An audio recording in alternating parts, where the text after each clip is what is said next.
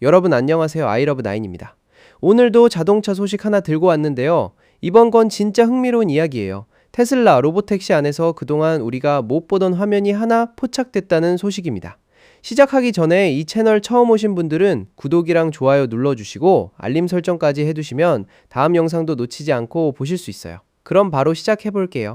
테슬라가 운영하는 자율주행 라이드 헤일링 네트워크. 그러니까 우리가 흔히 말하는 로보택시 서비스인데요. 이 서비스가 계속해서 테스트와 검증을 위한 특수한 소프트웨어 기능들을 새롭게 도입하고 있다고 합니다. 지금 여러 도시에서 운행 중인 로보택시들은 사실 완전히 새로 만든 전용 차량이 아니라 기존에 생산되던 모델 Y를 개조한 차량들이거든요. 이런 개조된 모델 Y들이 로보택시 서비스를 운영하면서 차량 내부 터치스크린에 독특한 컨트롤 옵션들이 하나둘씩 나타나고 있다는 거예요. 이걸 처음 포착한 사람은 X, 그러니까 옛날 트위터 사용자인 조시14홍5740구라는 분인데요. 이분이 감독형 로보택시 탑승 중의 센터 디스플레이에서 전용 녹화 카드를 발견하고 사진을 찍어서 공유했습니다. 이분이 남긴 말을 그대로 옮겨보면 대략 20분 정도 주행했는데 로보택시의 저장 공간 사용량이 10%나 늘어났다고 해요. 그러면서 이런 옵션은 한 번도 본 적이 없고 아무래도 직원 전용 기능인 것 같다고 덧붙였습니다.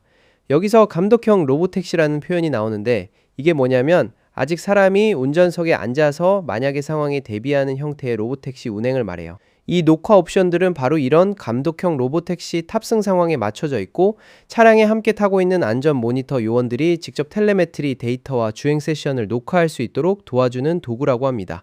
실제로 테슬라가 로보택시용으로 채용 중인 AI 세이프티 오퍼레이터, 우리말로 하면 AI 안전 운영 요원 공고를 보면요. 이 직무의 업무 중 하나로 녹화 장비를 켜고 끄는 일, 그리고 관련 장비를 다루는 일이 명시되어 있다고 해요. 그러니까 이번에 발견된 화면 속 옵션들이 바로 이 업무를 실제로 수행할 수 있게 해주는 기능인 거죠. 그럼 지금 테슬라 로보택시가 어느 지역에서 어떤 방식으로 운영되고 있는지도 한번 짚고 넘어가야겠죠. 현재 감독형 로보택시 운행은 테슬라가 아직 서비스를 검증하고 있는 지역, 그리고 상업적으로는 베이 에어리어와 오스틴 일부 지역에서만 이루어지고 있다고 합니다. 이런 지역에서는 사람이 직접 운전석에 앉아 있다가 비상 상황이 생기면 바로 개입할 수 있는 구조예요. 반면에 테슬라 로보택시 네트워크 대부분은 이미 완전 무인, 그러니까 사람 없이 돌아가는 방식으로 운영되고 있다는 점이 흥미로운데요.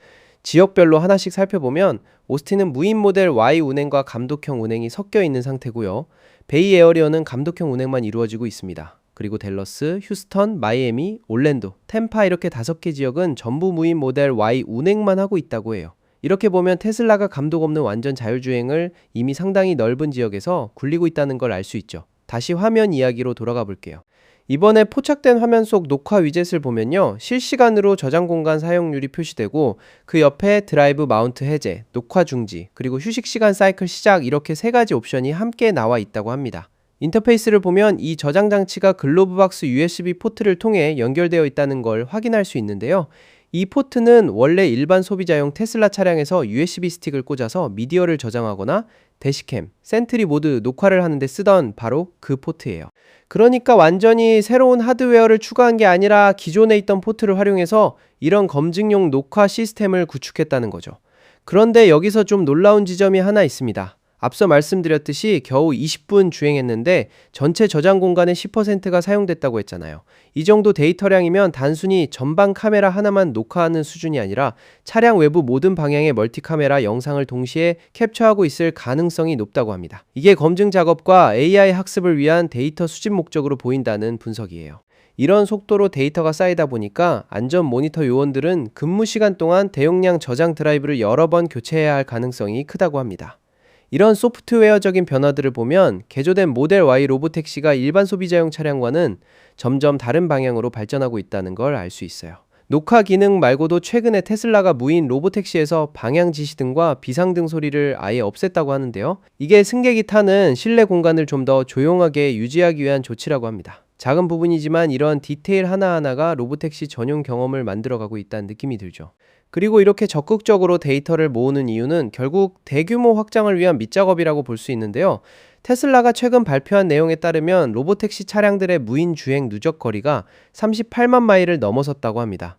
그리고 이번 달에만 완전 무인 서비스가 3개의 새로운 시장으로 확장됐는데요. 먼저 마이애미에서 시작했고 그 다음에 올랜도와 템파에서도 운영을 개시했다고 해요. 여기에 더해서 스티어링 휠이 아예 없는 사이버캡도 오스틴에서 공개 테스트를 진행하고 있다고 합니다.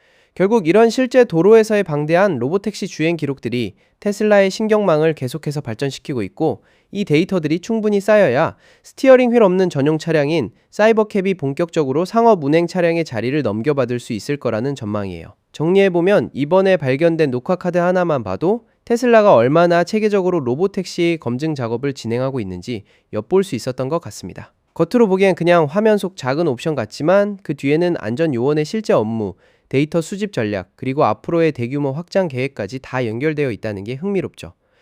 오늘 준비한 소식은 여기까지입니다. 영상 재밌게 보셨다면 구독과 좋아요 부탁드리고요. 다음에 더 흥미로운 자동차 소식으로 다시 찾아올게요. 아이러브9이었습니다. 감사합니다.